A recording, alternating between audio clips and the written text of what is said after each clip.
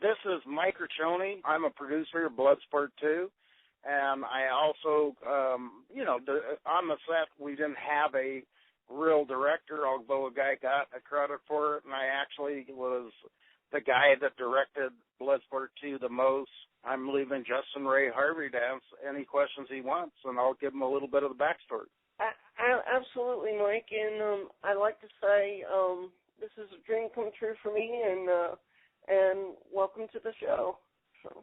Yeah, well, I'm glad that I'm honored that you asked me to give you a little bit of the backstory on what's your favorite movie of all time and favorite franchise in a way.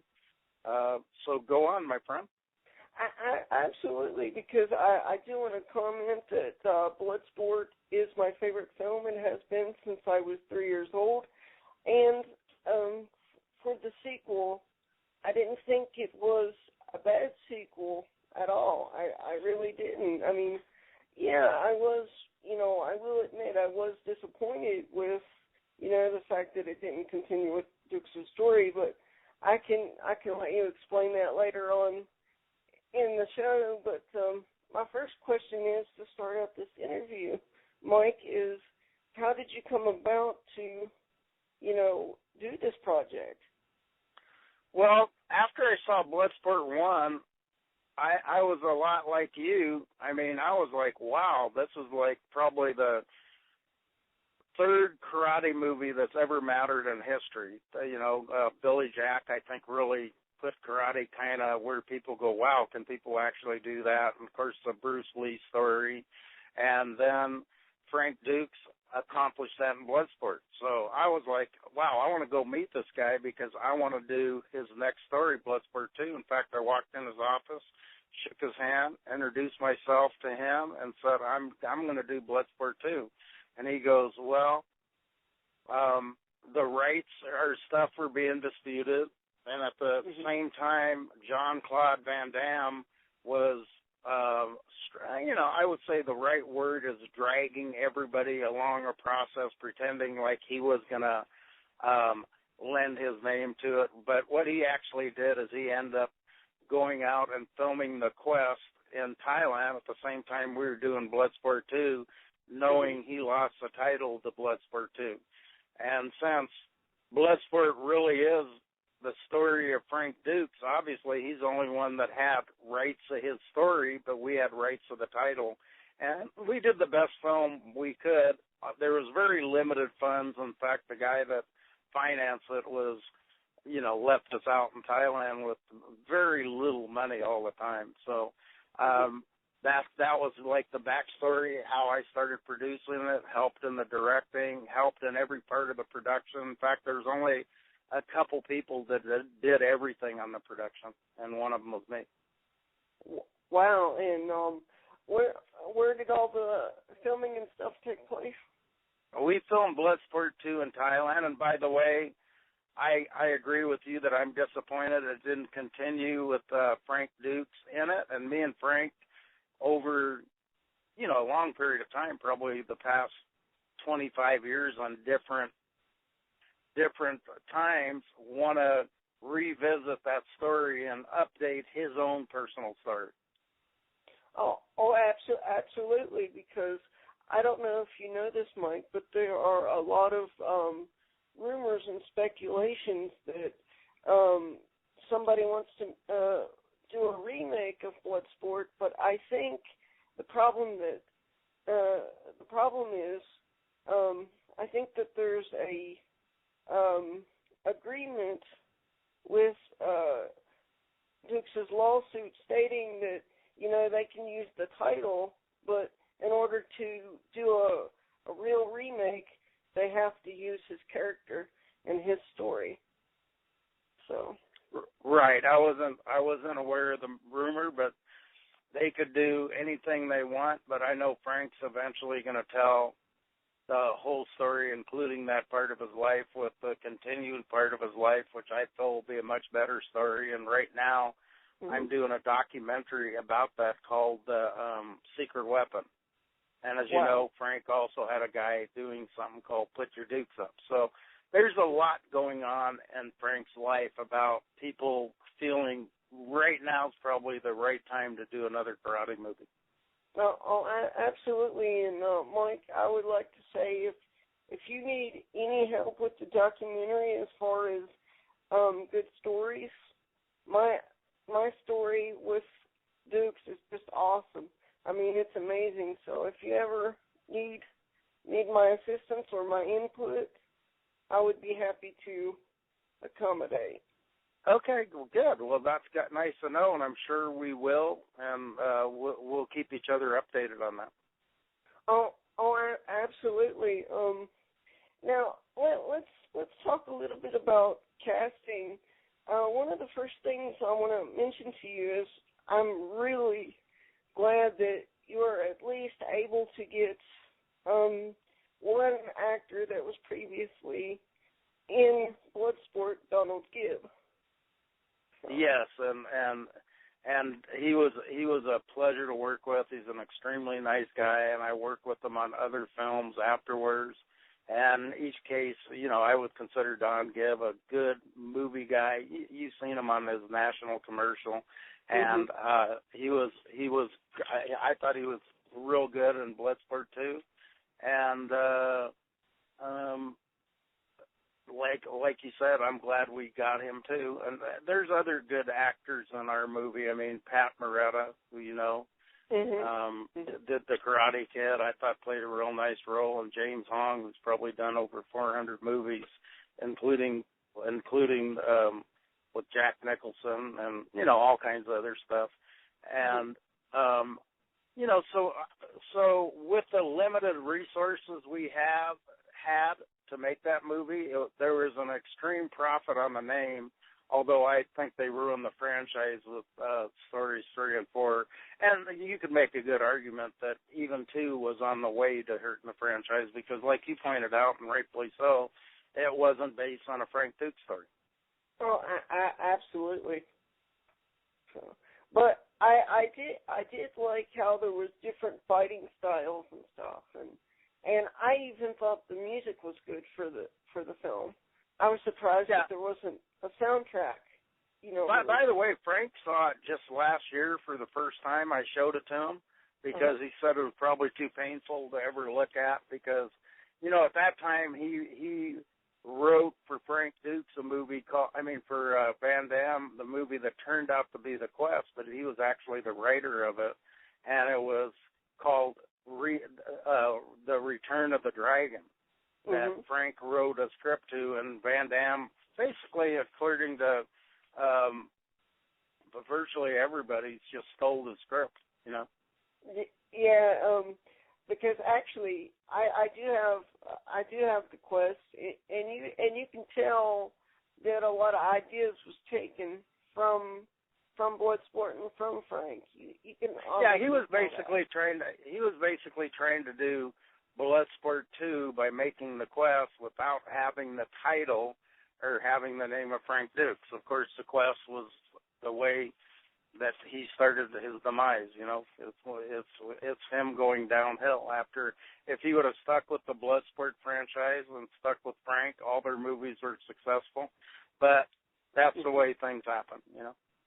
Yeah, and it's like, I see this new generation that, that love Bloodsport, but at the same time, I would love to see it redone somehow if it's done right, if it's done right. Yeah, I mean, and by the way, every Bloodsport was low-budget movies that everybody made a lot of profit on, and Frank could give even more insight because I think he'd be the first one to tell you that his hands were tied behind his back a lot, and that they barely touched the story. So I'm sure that's going to be done, and because it's a legendary movie with a legendary person, and I think people got to stop questioning the legends. I mean, once there's a legend about somebody, it's like Bruce Lee. If you saw his movie, it showed him fight 15 or 20 guys probably 7 or 8 times, and I mean, that could be real questionable if you wanted to get into questioning a legend because Bruce Lee was about 110 pounds. Exactly. I've always said to this day, Mike, if it wasn't for Frank Dukes, there would be no Bloodsport and there would be no Kickboxer. And yeah, and you're right. That's 100% true. You could even go further than that because he was involved in Double Impact. He was involved in, it was called Wrong Bet, but I forget what the next title was, where the guy did street fighting, and all of them were based on stories Frank told to these guys that they end up shooting. And if you look at the last thing Frank was involved with in Van Damme, you could look at probably there's a curse that went with Van Damme for not taking him with him, you know what I mean? Because his career went down at the same time. Exactly. I totally agree. And actually, to give my audience something that they may not know, who was all up for the part of Alex Cardell? Well, what happened when I came on, there's a guy that was financing it, which we found out later had very little finance. In fact, had to get financing during the actual filming, named Alan Moretz, that had a guy that Van Damme pretty much look-alike, called Daniel Bernhardt, and he had him attached to the movie when I got there, you know. Mm-hmm. So I'm not sure there ever was casting, you know, other than he attached this guy to the movie. The guy was minimal at best as a martial artist, although we had a guy named Jerry Pennington who's a world champion karate guy that did the choreograph. You know, so we made everybody in it look pretty good. And, you know, like I said, again, with as real as you can with a limited budget. And I gotta say, y'all did good with the cast of the bad guy Demon. I thought he was pretty good for the part, since y'all couldn't get Bolo Young. Yeah, and in fact we called Bolo and Bolo, but Bolo knew that his name with that title meant a lot, and they weren't willing to pay Bolo what he wanted for that part. And we actually cast the other guy while we were in Thailand, and he was actually in the Bruce Lee Enter the Dragon movie. Oh yeah, that's a classic film. Yeah.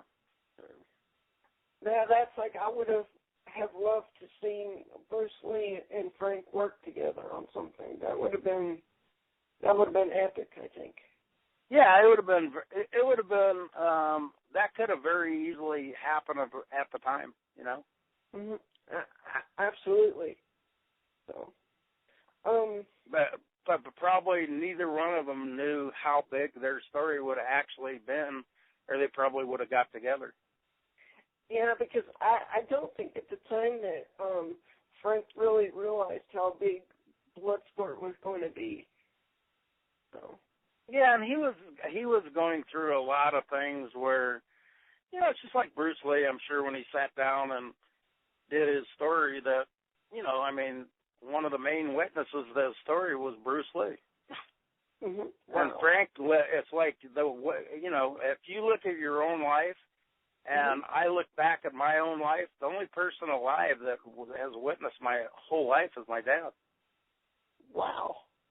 So the older you get, and I've known my wife for all but 8 years of my life, so the older you get, the less witnesses you actually have to your life, especially on stuff as secretive as Bloodsport. But I can tell you this. I interviewed a lot of great martial artists for the documentary The Perfect Weapon, and people that stood absolutely nothing, that I, in fact, know were great martial artists, talked about how good Frank was. And I can't see, we weren't paying them nothing. I mean, I don't know why they would say that unless it was true, because, like I said, they had nothing to gain by saying that. Wow. That's amazing.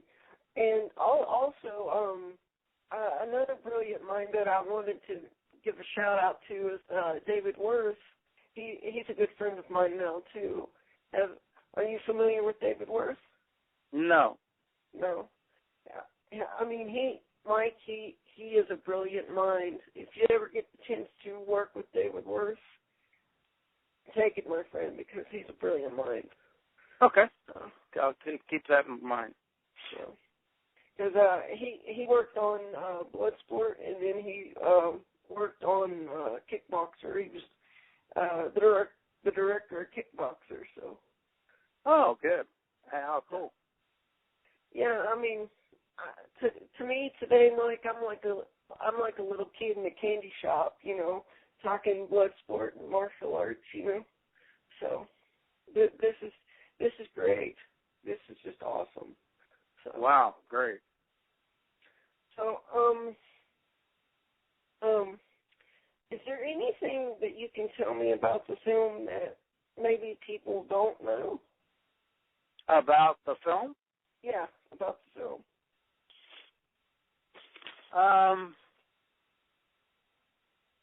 Well, like I said, they had a director.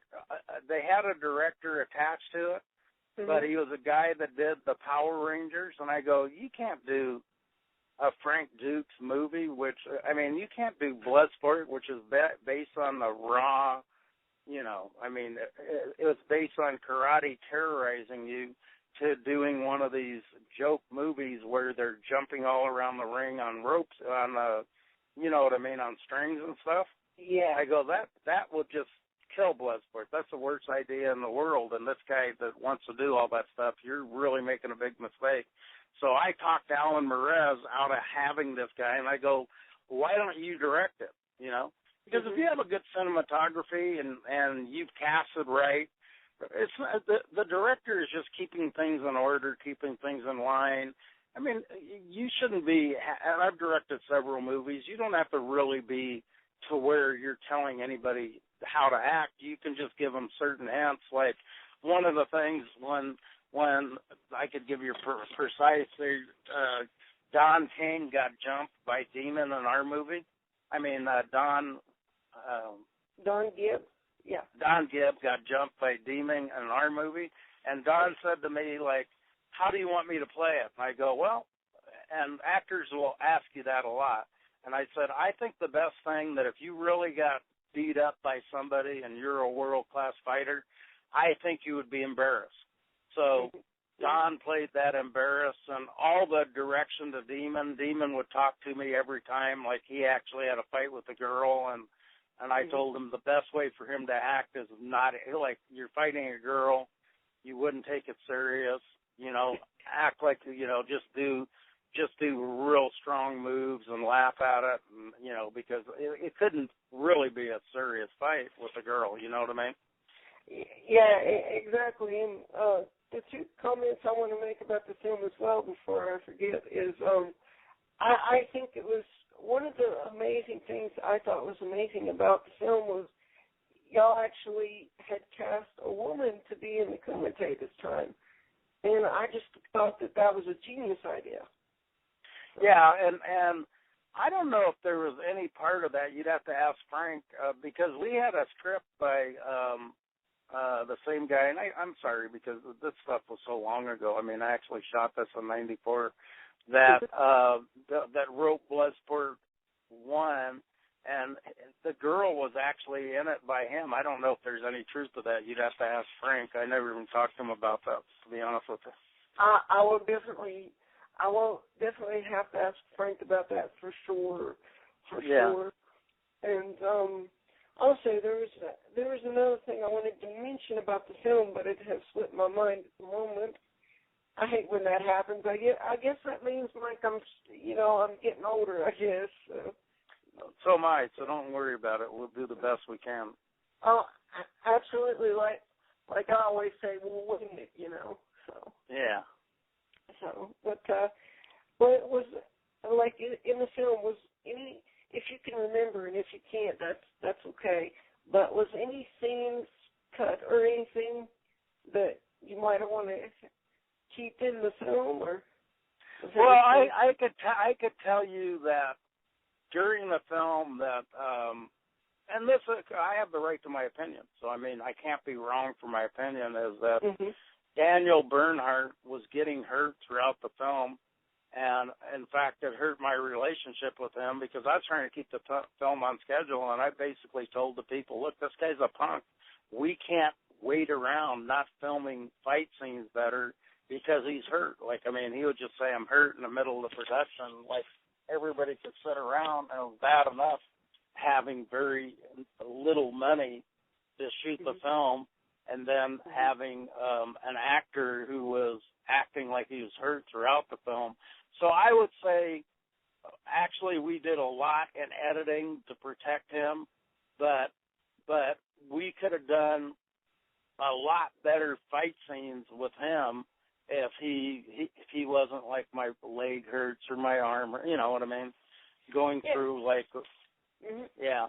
Yeah, and you know, my opinion is too, man. If you're going to do a martial arts film, you should expect to do some physical stuff. You know? You're going to expect that you're going to, if you get injured, you're going to have to keep going because you know, like you can't have 60 people waiting for one guy who doesn't think his leg's perfect or whatever. You know, different situations like that hurt. And by the way, we can never escape what you first brought up, that if Frank Dukes and Van Damme would have stayed together and completed this franchise, instead of Van Damme trying to run away with it by himself, that would have been a great franchise, in my opinion. Oh yeah, because like we were discussing last night, in my opinion, the third and especially the fourth one is horrible out of the franchise. I mean, they just... Yeah, I agree with you. They're absolutely terrible. And you could argue, although I'm proud of the film we made, that the whole film, even number 2, that the whole franchise went downhill when it didn't have the two people that really made the franchise on board, you know, Frank and Van Damme, you know. And that was, and to me, it would have been easy to get Frank on board because try paying him, you know, and Van Damme, like it got to him to where, as much as that title meant to his life, he wasn't willing to work under the constraints of a title. He thought he was bigger than the title, and the Quest proved he wasn't. Because if he would have been involved with Bloodsport 2, there's no doubt in my mind it would have been the biggest movie of his life. Absolutely, because I strongly believe that it could have been even better than the first one if you know, things was done correctly. You know. Oh yeah, because the first one you could. Yeah, I agree. Because I mean, they could have done so much with the story to continue it. They could have done so much with it. Yeah, and by the way, I ran into a lot of people in our movie went over and got jobs on Van Damme's movie, The Quest, because they're filming pretty close at the same time. And Van Damme should have known. He goes, I love that title. Please have it wait for me. What he's trying to do is get the owners of the title to wait to where he did a movie like it in front of it. You know what I mean? Yeah. Yeah, because I remember the whole lawsuit deal between him and Dukes and stuff with that, and I think that's what, you know, turned me a little bit bitter against Van Damme for a couple of years, because I was like, how can he do this, you know?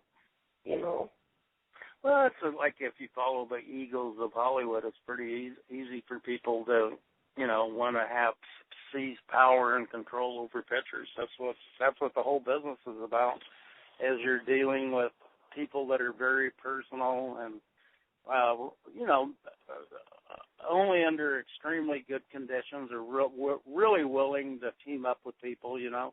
And once you have a successful formula like they did, him and Frank, you know, it's almost like a good basketball or baseball team. You got to decide that we have something working, why fix it? But Van Damme's Eagles, in fact, I know the lawyer that broke a bunch of his contracts, that he had contracts with other people, and his ego got in the way of keeping that franchise together, where he made the Quest and thought that, you know, it would be something it wasn't, you know.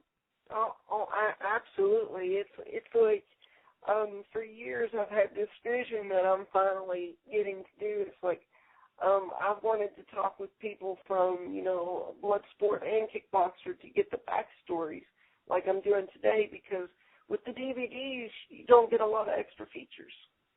Yeah, the stuff they have today would have been interesting at that time. I could tell you a couple things that happened. As I actually had a studio.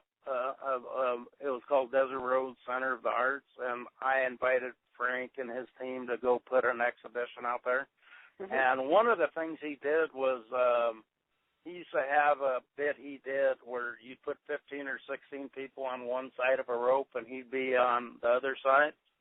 Mm-hmm. And I actually saw him fighting the people on the rope with one hand while he was talking to me. Wow. That's amazing, and I can. And I've had him personally, So even if you go as far to say he had two hands on it, say he had two hands on a rope, and how many people were on the other side? I mean, they couldn't pull him over. Wow.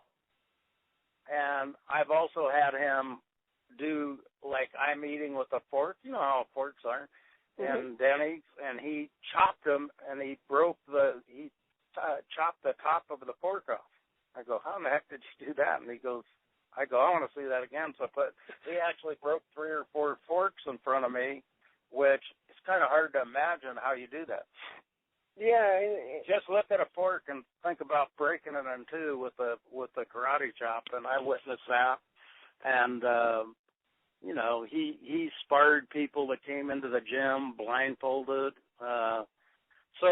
It's almost like if you have a personal relationship with somebody, there's certain stories that you personally know, and there's not a darn thing you can do about them, and it doesn't matter who believes them, you saw them. It's like it's somebody that got a miracle from God and had a personal relationship with them. He could go, well, I mean, I'm the only one that knows the story, but I know this is true. You know what I mean?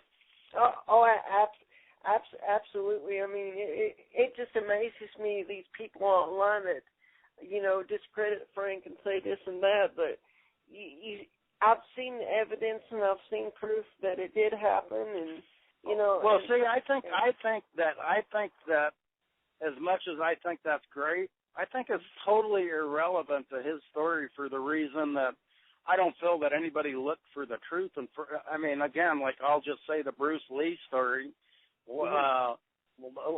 Nobody looked as if that was true. And Tom, the Billy Jack story, it's a legendary story. And to me, the fact that you did a legendary thing that, by the way, made the whole martial arts field in each case, all kinds of new studios popping up all over the place.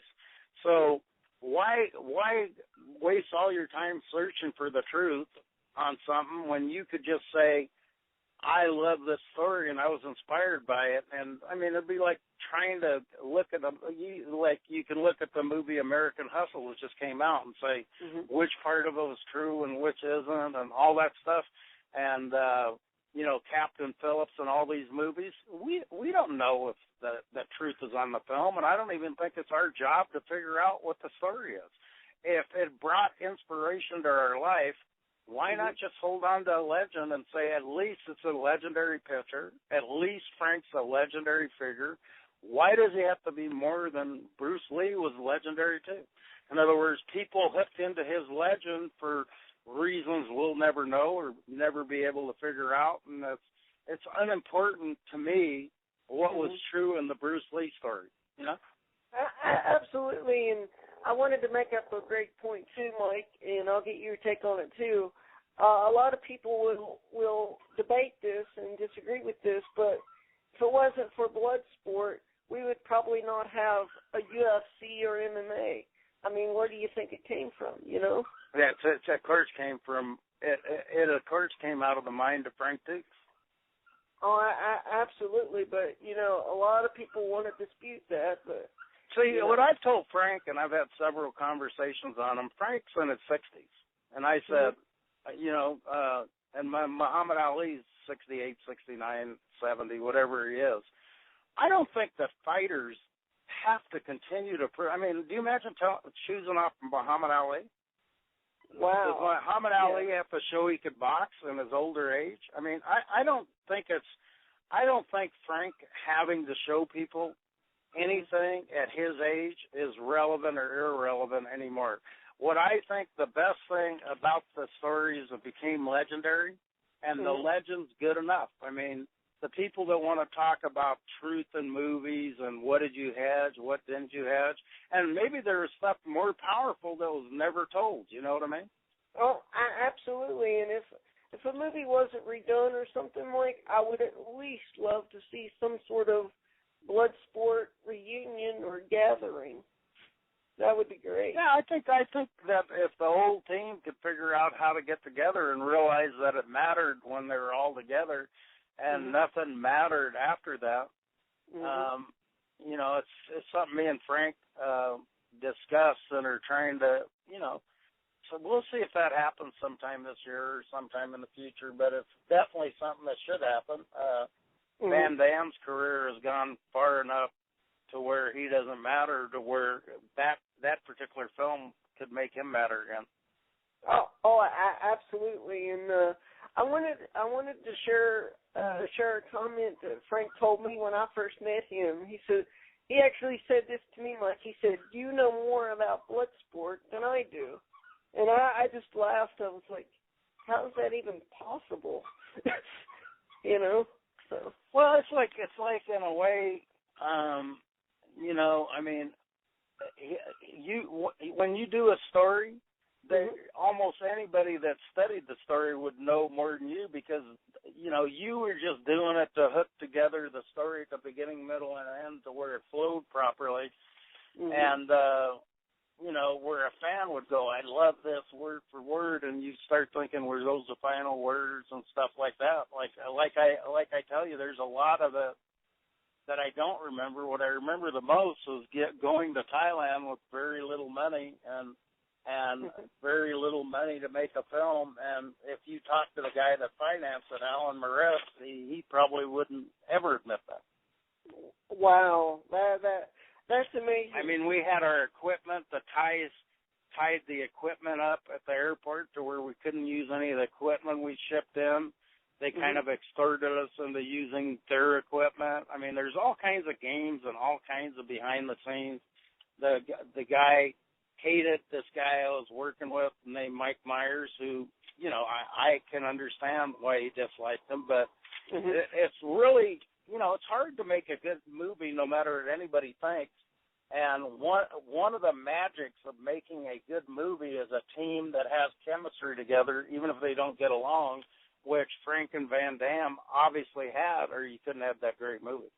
Oh, absolutely. Now the prison cells where Alex Cardo was held, was that actual prison cells, or? No, we made that. That was actually art scenes. We made the prisons. Okay, because I thought they're underneath, and the outside where we shot the outside prison was actually in a rice field in Thailand. Wow, and where we made the prison cells was actually in a building in Thailand. Wow. Now, how were y'all able to acquire Pat Morita from the Karate Kid series? I thought that was genius, actually. We called up as we had, when you're in movies, you have ways to get to almost anybody's agent. We called up his agent, and he was interested in doing it, and we paid him a price, and he came out there, and he did a great job. He's really, if you watch some of the scenes where he was serious in, there's one scene when he was describing how important the kumite was and how important the sword was, that you could feel the power of Pat Morita, unlike a lot of things he's ever done in his life. I was like, he goes, there's a life, there's a power, and the way he was pitching it gave me chills even watching it, Oh, absolutely, because I just, it gave me chills when he says, the sword is to be awarded to the greatest fighter on earth, and he says, find your previous partner and get the sword back, and that's your price for your freedom. And I just actually we filmed something that didn't make the film where he passed. Since I was the only guy in the beginning, middle, and end of the film, and Pat Moretta, we actually filmed him at the start of the film. We actually had a scene thinking about what you said, where he passed the sword to me, and I passed the sword to Daniel, and that wasn't put in the movie because I felt it was irrelevant that that I got the sword from Pat Morita and passed it. By the way, I still have that sword. Wow, really? Yeah. That's amazing. And I gotta say too, one of the small things that people might overlook about this film, I did like how y'all put in there where Alex Cardell had to earn his invitation, but y'all kind of did it in a funny way. Y'all had a fighter that couldn't really fight that well, and Don Gibbs says, you want to keep your invitation, all you got to do is whip Alex, and he thinks he's big and bad, gonna whip Alex, and he gets knocked out and takes his invitation. You know that was the same guy that fought the girl later on and got beat up by him? Wow, really? Yeah, the guy that got punched out early in the movie came back dressed in makeup like a clown. Oh, so that I didn't even know that. That's something that I didn't even realize. Yeah. Wow. That's amazing. Wow. And there's also, and I wish I could be better at thinking the name, but the black guy in the movie was so good and so fast, we had to film him, we had to slow him down, or we really wouldn't have saw him on film. His name was Hall, his last name. And I've always told that. He thanked me several times for saying how good he was, but he was a tremendous martial artist. And one of the guys that fought Daniel, the second to last fight, was the guy that ended up filling in for Brandon Lee on The Crow when Brandon Lee died. He did all the remaining scenes because he was more or less a lookalike. Wow, that's amazing. And I thought the part where one of the fighters lose and ends up almost getting in a fight with Donald Gibb, I thought that was genius too.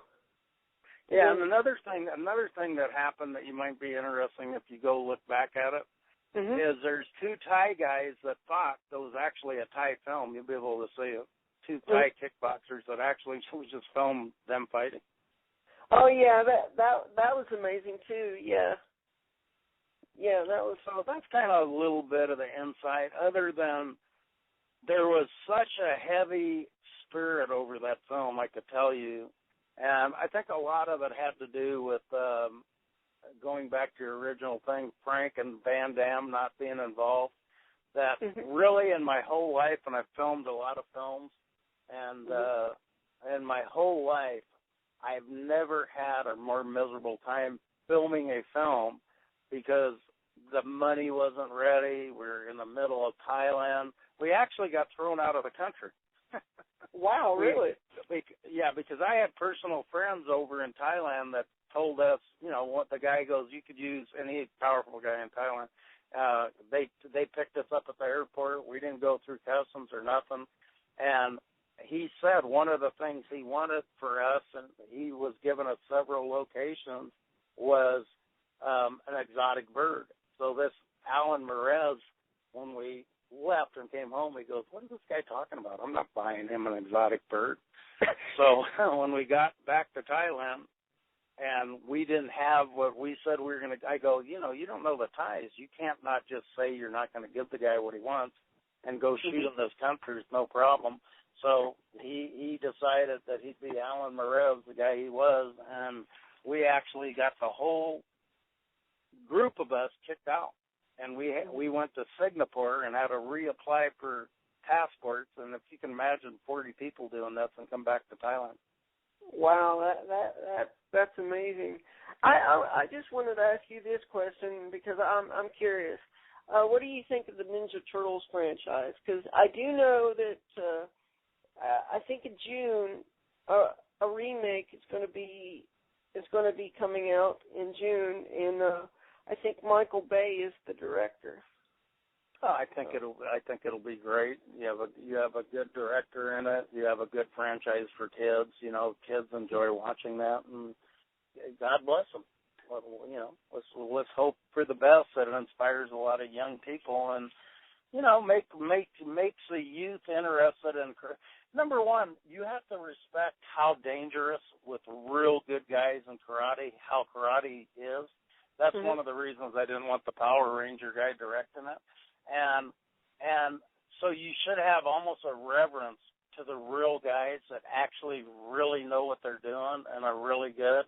And number two, you should also leave a little room for somebody that'll never be good at it, but it'll improve his life by exercising and getting in shape, and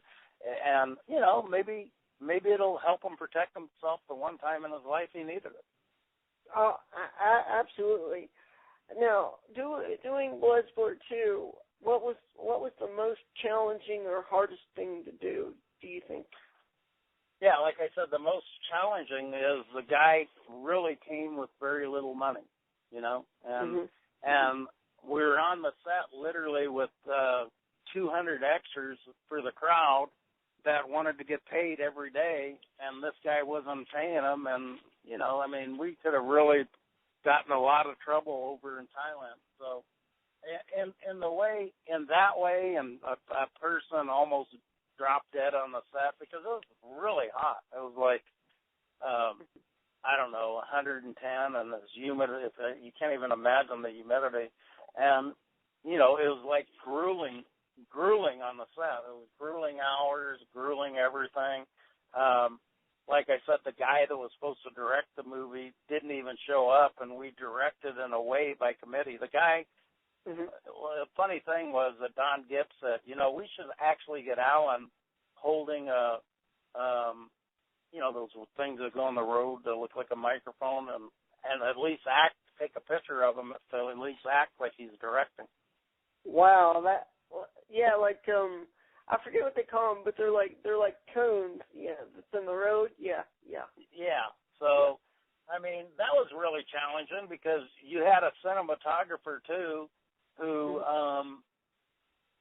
was pissed off because we had a director that never showed up. And like I said, I directed a lot of the movie, and I actually, Don Gibb, I asked him, what haven't you done in show business? And he goes, I'd like to direct.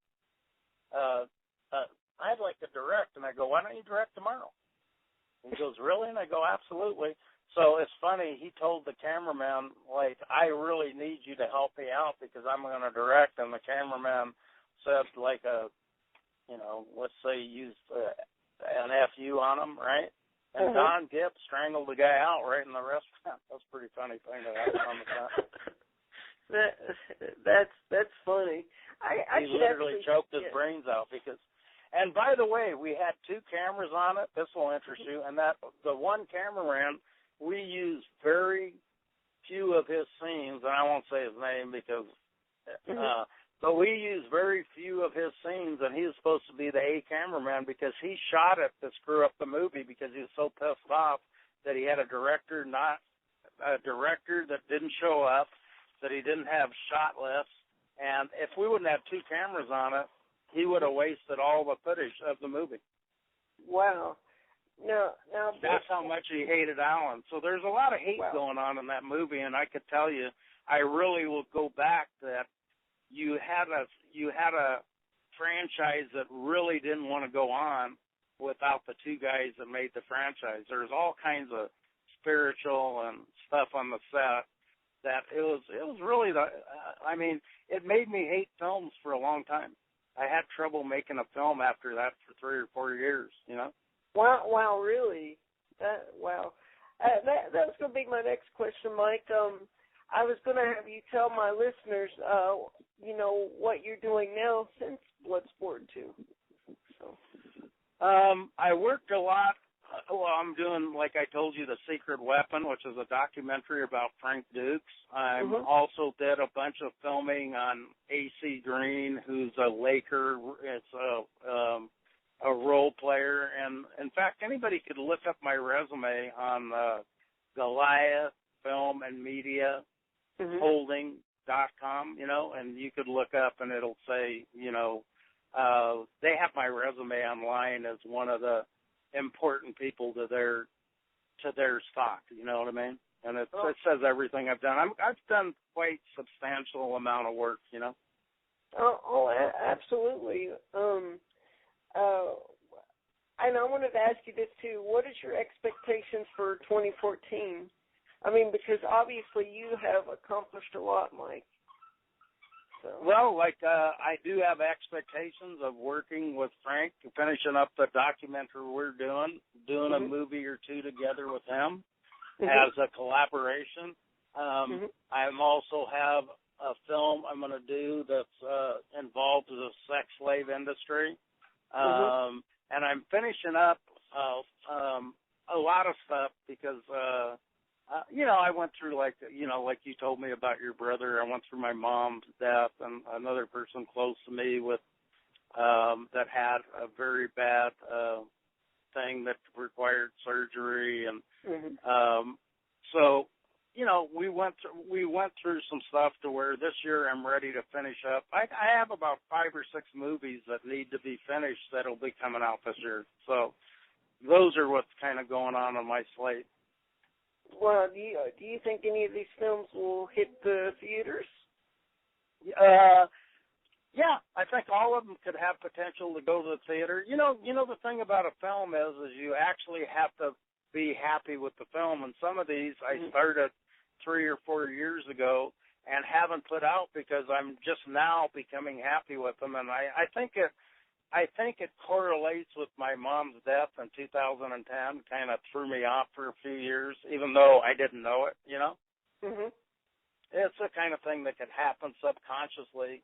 And in the meantime, I went through a situation where I saw somebody really lousy at something, and I thought, wow, I would never want to be considered lousy at what I do like that. And it's kind of inspired me, and I grew because of that, And now I'm really ready because I know my calling's to make films, I know I'm good at it, and as far as in the low budget area, it's really good at it.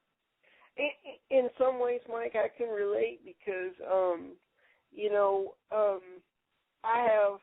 I have a disease called cerebral palsy, and when I couldn't do something other kids would do, I would watch Bloodsport and Kickboxer. So, and actually, what's funny is people used to make fun of me in school because I watched those films every day of my life. But to me, it's part of my purpose because look at where I'm at today. Right, and it's what inspired you, and everybody can go back.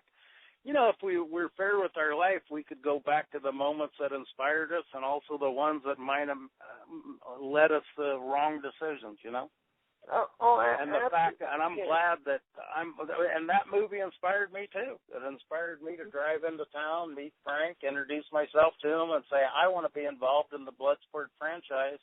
And I ended up in the Bloodsport franchise, which I believe was cursed, honestly, not like really was a curse on it after Frank and Van Damme didn't rejoin. Because like I said, there is such a bunch of spiritual stuff that you could only tell and feel if you're on the set. Because I've never seen a set where everything went wrong and still the movie didn't turn out too bad. Oh, absolutely. It's like one of my main goals is, Mike, if there ever is a remake or, some sort of sequel or film that Frank's involved in with this, I definitely want to try to cast for it. Yeah, and I'm sure, he was thinking that himself, or he probably wouldn't have had you call me, Oh, absolutely, because, not only is Frank one of my heroes, but he's one of my closest friends and, you know, my martial arts instructor. So, I mean, it's just, it's amazing. Not everybody can say that they're, you know, friends with their idol or hero. So. Yeah, and he's got a real niceness and pleasantness about him. And by the way, he makes a terrific great friend. Oh, absolutely, Mike. And we can wrap this up anytime you like. I would just like to share a story with you, because I think you might get a kick out of it. When I first met Frank in 2009, he granted me a private autograph session, and you should have seen his face when I brought like a huge suitcase of nothing but Bloodsport and Frank Duke stuff. So. Wow. So, yeah. So he gave me the nickname the Duke's Collector. So. Well, it's so interesting that you're that. Oh, absolutely, Mike. And we can go ahead and wrap this up, my friend. Do you have any final thoughts for my audience, or?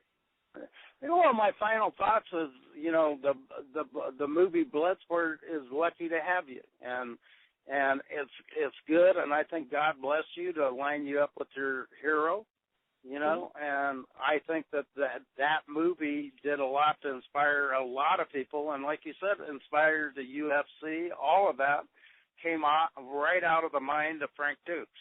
And there's so much that's come out of the mind of Frank Dukes that he hasn't got paid for or credit for, that it's good.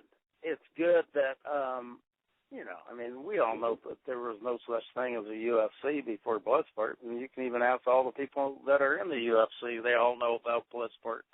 So in closing, I'll say it's a real pleasure talking to you. I hope I gave you, some stuff you can use. I'm glad that Frank inspired you, and when we do anything else to do with Bloodsport, I'll remember you, and we'll call you up and get you involved, okay? Oh, absolutely, Mike, and I wanted to say real quick, Mike, thank you for your time, and at any time that you want to promote something else that you're doing, I hope that you will come back on the show, and I hope that you're, happy. Where is the show, by the way, played on? What's it played on? It's going to be on Blog Talk Radio, and it's going to be on iTunes as well. And I'm also going to stick it up on my YouTube channel. So. Oh, okay. So it's basically, Mike, it's going to be viral. It's going to be everywhere, my friend. So you're gonna put the interview in all those places? Oh yeah. So. Oh, okay.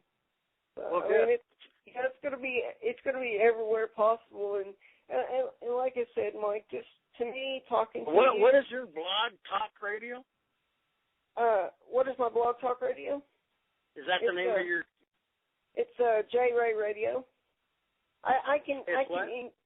J Ray Radio. I can email you a link. I don't know if you received my text message. Yeah. In fact, I'll go and get a copy of that. Nice talking to you, and God bless you, and have a great day. Absolutely, Mike, and thank you for being on the show, and I'm sure we'll be talking to you again soon. Okay, bye. Bye.